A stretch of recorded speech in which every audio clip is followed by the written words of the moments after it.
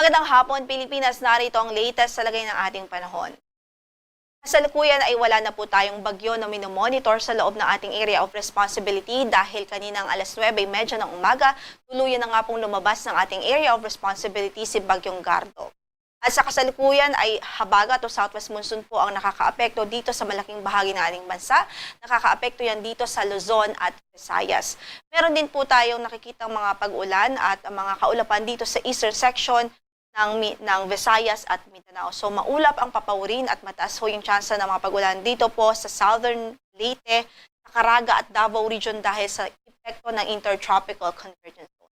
Samantala yung habagat nagdudulot pa rin ng moderate to heavy rains dito sa Zambales, Bataan at Pangasinan.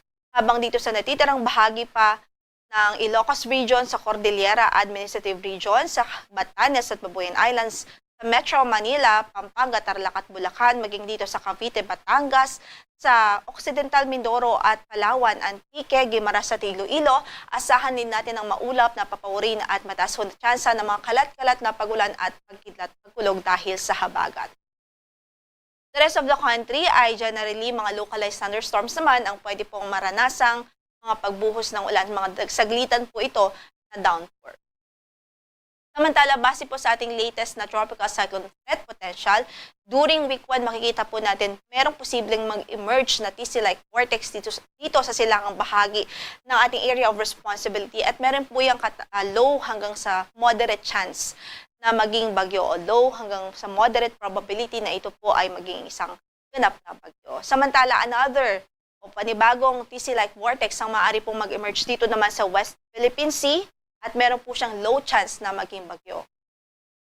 Samantala, during week 2 from July 2 hanggang sa July 8, ay posible nga po na itong TC-like vortex number 1 ay makaapekto sa malaking bahagi ng Luzon. Pero ating pong reminder sa ating mga kababayan, patuloy pong mag-antabay sa updates ng Pag-asa ukol dito dahil mataas pa naman po yung uncertainty. Lalo't matagal pa po ito at mas longer pa yung ating lead time. So meron tayong mga kinoconsider na uncertainties. So dito naman, base po sa ating threat potential by week 2, ay lalayo na sa ating area of responsibility itong TC-like vortex number 2.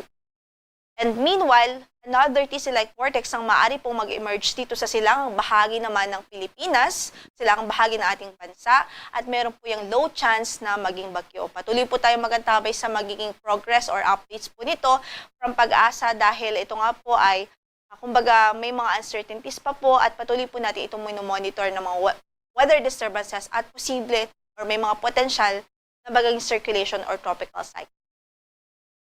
Samantala ngayon nga po ay may weather advisory pa rin tayo dito sa Pangasinan, sa Zambales at Bataan. So posible pa rin ang katamtaman hanggang sa malakas na pagbuhos ng ulan dahil sa habagat. Patuloy natin pinag-iingat ang ating mga kababayan dyan sa mga bantaho ng pagbaha, especially sa mga low-lying areas at sa mga vulnerable areas. Sa ating pagtaya ng panahon para bukas, asahan natin posible pa rin ng mga pag-ulan sa malaking bahagi ng Northern Luzon, especially dito sa Ilocos Region, Cordillera Administrative Region, Batanes, Babuyan Islands, sa Central Luzon, even dito sa Metro Manila at mga karatig lugar such as Cavite, Batangas, Occidental Mindoro, posible pa rin ng maulap na papawurin at mataas na tsansa ng mga pagkidlat pagkulog dahil po sa epekto ng habagat. For the rest of Luzon ay generally improved weather o bahagya maulap hanggang sa maulap ang papawurin. Sa Kaminalaan, ang ating temperature from 26 to 31 degrees Celsius, 17 to 23 sa Baguio City, 26 to 31 sa Lawag, 26 to 33 sa Tagigaraw, habang sa Legazpi City naman ay 26 hanggang sa 33 degrees Celsius. Ako naman tayo sa Visayas at Mindanao, may chance pa rin na maging maulan sa eastern section ng Visayas at ng Mindanao bukas ho yan. So, posible pa rin po maging maulan doon as well as dito sa western section ng Visayas. The rest of the country o the rest of Visayas at Mindanao ay bahagya maulap hanggang sa maulap ang inaasahang panahon at mga localized thunderstorms po ang pwedeng magdulot ng mga panandaliang pagbuhos ng ulan. Sa Cebu, 27 to 32 ang inaasahang magiging agwat ng temperatura, 26 to 33 sa Tacloban, 24 to 33 po sa Cagayan de Oro, 25 hanggang sa 32 sa Davao City, 25 hanggang sa 34 sa Zamboanga City. Samantala, wala po tayong gale warning na nakataas ngayon sa ating mga baybaying dagat. Ingat lamang sa ating mandaragat, especially sa Northern Luzon, kung saan ay katamtaman hanggang sa maalo ng kondisyon ng For the next few days, so particularly from Sunday until Tuesday, asahan natin generally fair weather o ibig sabihin mag-improve ang ating weather.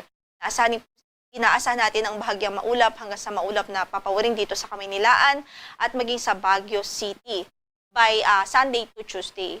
Sa Metro Manila, 25 hanggang sa 32 ang inaasahan magiging agwat ng temperatura, 17 naman hanggang sa 26 sa Baguio City.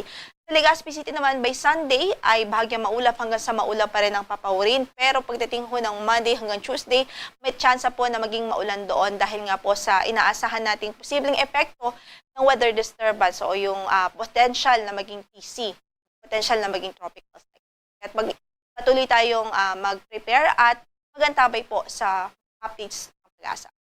25 to 33 naman ang inaasahang magiging agwat ng temperatura sa Legazpi City. Samantala sa Cebu, Iloilo at Tacloban City, by Sunday ay generally fair weather pa rin doon o bahagyang maulap hanggang sa maulap na papawirin. Pero pagdating ng Monday at Tuesday, mataas na po yung tsansa ng malawakang pagulan dyan dahil sa inaasahan nga pong posibleng low pressure area or posible po na potential na maging samantala sa Davao City, by Sunday ay maulap ang papawirin at mataas ang tsansa ng mga kalat-kalat na pagulan at pagkidat-pagulog. Pero for the rest of the outlook period, kasama na po yung Cagayan de Oro at Zamboanga City, generally fair weather or generally improved weather naman ang inaasahang magiging lagay ng panahon. Ang sunset natin for today is 6:29 in the afternoon at bukas ay sisikat ang araw sa ganap na alas 5:30 ng umaga. Ito po si Lori de la Cruz Galicia. Magandang hapon.